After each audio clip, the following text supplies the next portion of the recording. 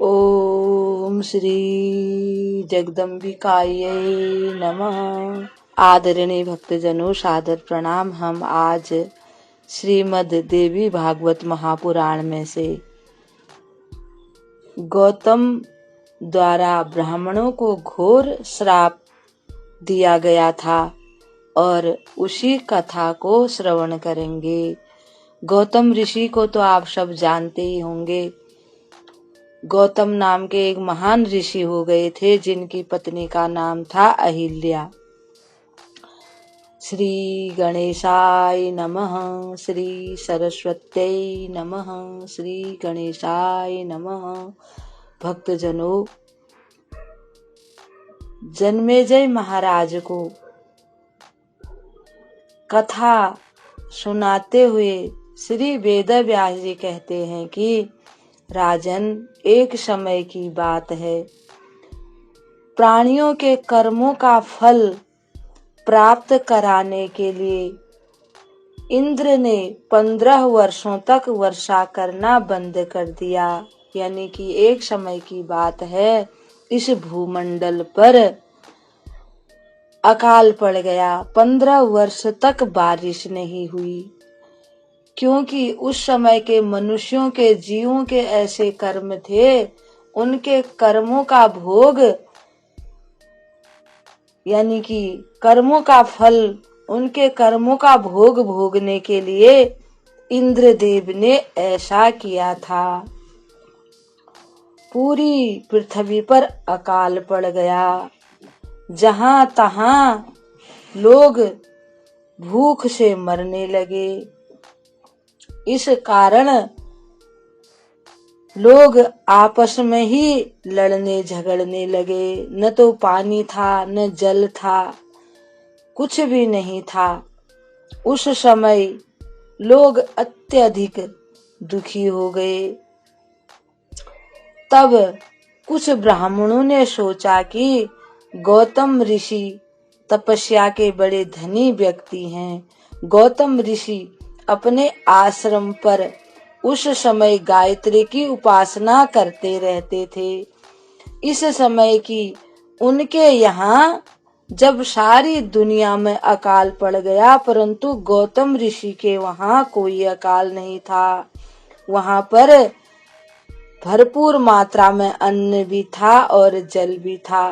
ब्राह्मणों का एक बहुत बड़ा समाज उनके आश्रम पर पहुंचा। इतने सारे ब्राह्मण समाज को आया देखकर गौतम मुनि ने उनको प्रणाम किया और उनसे कुशल पूछा कि आप सब कुशल मंगल से तो हैं। फिर उनके आने का कारण पूछा। समस्त ब्राह्मणों ने अकाल की स्थिति का उनके सामने वर्णन किया। कहा, हे ऋषिवर, हमारे वहाँ न तो जल है न अन्न है, हम इसलिए आपकी शरण में आए हैं। मुनि गौतम ने कहा, ब्राह्मणों, यह आश्रम आप लोगों का है, मैं आपका सेवक हूँ। संध्या और जप में परायण रहने वाले आप सभी ब्राह्मण मेरे आश्रम पर सुख पूर्वक रहें, आपको कोई कष्ट नहीं होगा।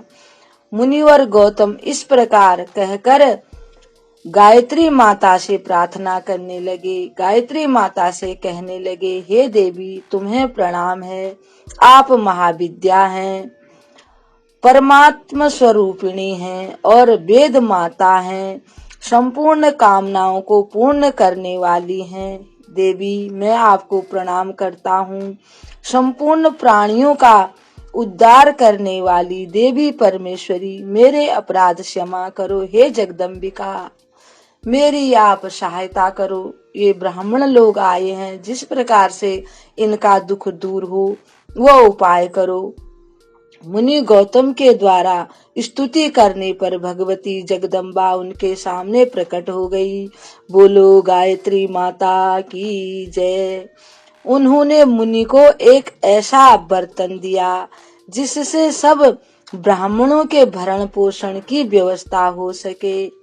हे राजन, उस पात्र से प्राप्त अन्न के इतने भंडार हो गए कि मुनिवर गौतम ने समस्त मुनियों को बुलाकर उन्हें धन, धान्य, वस्त्र, आभूषण आदि सभी प्रकार की वस्तुएं जिसको जितनी चाहिए थी वह उनको दी।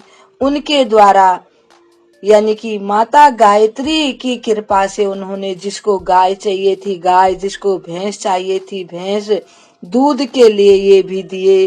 और पूजा पाठ करने में जितनी सामग्री होती हैं, शुश्रुक, शुश्रुआ आदि यज्ञ सामग्रियों के जो बर्तन होते हैं वह पात्र भी उनको दिए गए। और सभी लोग अब बड़ी प्रसन्नता से उन्हीं के आश्रम पर जीवन यापन करने लगे। किसी को किसी प्रकार का कष्ट नहीं था। इस प्रकार मुनि गौतम जी 12 वर्षों तक मुनियों का भरण पोषण करते रहे, उनका प्रबंध करते रहे। मुनिवर पुत्र के समान उनकी देखभाल करते थे, जैसे एक पिता अपने पुत्रों की देखभाल करता है कि किसी प्रकार से किसी को कष्ट ना हो। उनको इतना करने के बाद भी किसी प्रकार का अभिमान नहीं था। मुनिवर गौतम जी ने गायत्री की उपासना हेतु एक उत्तम स्थान का निर्माण करा दिया था। सभी मुख्य मुख्य मुनि उस स्थान पर बैठकर भगवती जगदम्बा की उपासना करते थे और यज्ञ करते थे। एक समय की बात है कि नारद मुनि वहां हाथ में बीणा लेके श्रीमन नारायण नारायण हरि हरि, श्रीमन नारायण नारायण हरि हरि, भजमन नारायण नारायण हरि हरि, बोलो नारायण नारायण हरि हरि। अपनी बीणा हाथ में लेकर के श्री नारायण भगवान का भजन करते हुए वहां पर पहुंचे। वे भगवती के गुणगान बीणा बजाकर कर रहे थे। वे पुण्यात्मा मुनियों की सभा में बैठ गए और जाकर के उन सभी ब्राह्मणों की सभा में वे विराजमान हो गए। गौतम मुनि तथा अन्य मुनियों ने नारद जी का बड़ी अच्छी प्रकार से विधिवत स्वागत सत्कार किया। नारद जी मुनि गौतम जी के यश संबंधी अब उनकी बड़ाई करने लगे। चारों तरफ उनकी कीर्ति फैली हुई है और उनका यश फैला हुआ है। इस प्रकार से वे वहां पर उनकी व्याख्या करने लगे। नारद जी बोले, मैं देव सभा में गया था, वहां देवराज इंद्र आपका यशोगान कर रहे थे। वे कह रहे थे, मुनि गौतम जी ने सब मुनि ब्राह्मणों का भरण पोषण करके बड़ा ही निर्मल कार्य किया है, बड़ा निर्मल यश उनका चारों तरफ फैला हुआ है। इंद्र की बात सुनकर मैं आपके दर्शन करने हेतु यहाँ आ गया। भगवती जगदम्बा के कृपा से तुम धन्यवाद के पात्र बन गए हो। नारद जी मुनिवर गौतम जी से इस प्रकार कहकर गायत्री सदन में पहुंचे, यानी कि जहाँ गायत्री माता का मंदिर बना हुआ था वहां गए। वहां उन्होंने भगवती जगदम्बा का दर्शन किया। जगदम्बा देवी के दर्शन करके उन्हें बड़ी प्रसन्नता हुई। उन्होंने भगवती की विधिवत स्तुति की और पुनः स्वर्गलोक को चले गए। उन ब्राह्मण समुदाय में से कुछ ऐसे भी ब्राह्मण थे जो मुनि गौतम की कीर्ति और उनके उत्कर्ष से ईर्ष्या करने लगे। उनके विषय में सोचने लगे, अब इनकी कीर्ति अपकीर्ति में कैसे बदल जाए, हमें वो करना चाहिए। वे सोचने लगे कि हमें कोई ऐसा प्रयत्न करना चाहिए जिससे मुनि की ख्याति न बढ़े। मुनिवर गौतम जी के सद प्रयत्नों से कुछ दिनों के पश्चात वर्षा होनी प्रारंभ हो गई। अब जगह जगह से ये संदेश मिलने लगे पृथ्वी पर कि वर्षा होने लगी। जो लोग इधर उधर गए थे अपने अपने निवास स्थान में जाने लगे। इस पर उन दुराचारी कृतघ्न ब्राह्मणों ने माया की एक गाय को, जिसका शरीर जीर्ण शीर्ण हो गया था, यानी कि एक गाय को उन्होंने अपने पास पर रखा और उन ब्राह्मणों ने उस गाय को मार करके गौतम ऋषि के खेत में डाल दिया और शोर मचाने लगे कि ये गौतम ऋषि तो बड़े दुष्ट हैं, इन्होंने गौ हत्या कर दी, इनको गौ हत्या का पाप लग गया, अब इनके आश्रम में हम नहीं रहेंगे, अब इनका दर्शन भी हमें नहीं करना चाहिए। मुनि गौतम सोचने लगे ये कैसे संभव है। वे गौतम मुनि जब हवन कर रहे थे उस समय उनका हवन समाप्त हो गया। उन ब्राह्मणों की आवाज सुनकर वे शोर मचा रहे थे तो उनको आश्चर्य हो गया। वे समाधि लगाकर इसके कारण पर विचार करने लगे। अब वे माता का ध्यान लगाकर सोचने लगे कि आखिर हुआ क्या है। उन्हें तुरंत पता लग गया कि यह सब ब्राह्मणों की काली करतूत है। इस पर उनके क्रोध की कोई सीमा न रही। उनकी आंखें लाल हो गई और उनसे द्वेष रखने वाले संपूर्ण ब्राह्मणों को उन्होंने श्राप दे दिया। वे कहने लगे, हे अधम ब्राह्मणों, आज से तुम वेद माता गायत्री के ध्यान और उनके मंत्र जप के सर्वथा अनधिकारी हो गए हो। यानी कि अब तुम्हें जगदम्बा की उपासना करने का अधिकार नहीं रहा। तुम लोग शिव की उपासना भी नहीं कर सकोगे, मंत्र का जप भी नहीं कर सकोगे। अब तुम इन चीजों से वंचित रहोगे। तुम अधम ब्राह्मण सदा पूजा पाठ के अधिकारी नहीं रहोगे। गौ आदि दान और पितरों के श्राद्ध से भी तुम विमुख हो जाओ। भगवती श्री देवी का ध्यान तथा उनके कीर्तन भजन सुनने के भी तुम अधिकारी नहीं होगे, जिसे तुम सर्वदा नीच ब्राह्मण समझे जाओगे। गायत्री के नाम से प्रसिद्ध मूल प्रकृति भगवती जगदम्बा का तुम पर महान कोप है। अतएव तुम लोगों को अंधकूप आदि नर कुंडों में वास करना पड़ेगा। वेद का विक्रय करने वाले तथा तीर्थ एवं धर्म बेचने में लगे हुए नीच आदमियों को जो गति प्राप्त होती है वही तुम्हें भी प्राप्त होगी।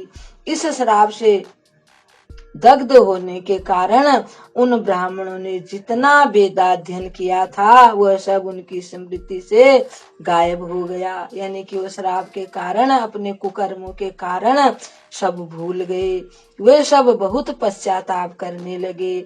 उन लोगों ने मुनि गौतम के चरणों में गिरकर पश्चाताप के आंसू बहाने लगे। लज्जा के कारण उनके शीश झुके हुए थे। सब मुनिवर से प्रार्थना करने लगे। इस पर करुणा के सागर दयालु मुनि ने उन नीच ब्राह्मणों से कहा, जब तक इस भूमि पर श्री कृष्ण का अवतार नहीं होगा तब तक तुम्हें कुंभीपाक नामक नरक में वास करना होगा, क्योंकि मेरा वचन मिथ्या नहीं हो सकता। इसके बाद तुम लोगों के लिए परम आवश्यक बात यह है कि भगवती गायत्री के चरण कमल की सतत उपासना करो। व्यास जी बोले, राजन, यही कारण है कि भगवान श्री कृष्ण के परम धाम पर धार जाने पर जब कलयुग आ गया तब वे कुंभीपाक नरक से निकल सके। उस शाप के प्रभाव से ही वे वेद के प्रति उनमें श्रद्धा समाप्त हो गई। वे पाखंड के प्रचार में लग गए। बहुत से तो ऐसे लंपट हैं जो अत्यंत दुराचारी बनकर उल्टे पुल्टे काम करके लोगों को मूर्ख बनाते रहते हैं और उनको कोई भी इसमें कुछ कष्ट नहीं होता। वे अपने घृणित कर्म के प्रभाव से पुनः कुंभीपाक नरक में ही जाएंगे। अतएव राजन, सब प्रकार से भगवती परमेश्वरी की ही आराधना भक्तजनों को करनी चाहिए। इस प्रकार से भक्तजनों, इस कथा को हम यहीं विराम देते हैं। मनुष्यों को अपने जीवन में अच्छे ही काम करने चाहिए, कृतज्ञता प्रकट करनी चाहिए, कृतघ्न कभी नहीं होना चाहिए। बोल जगदम्बा भवानी की जय।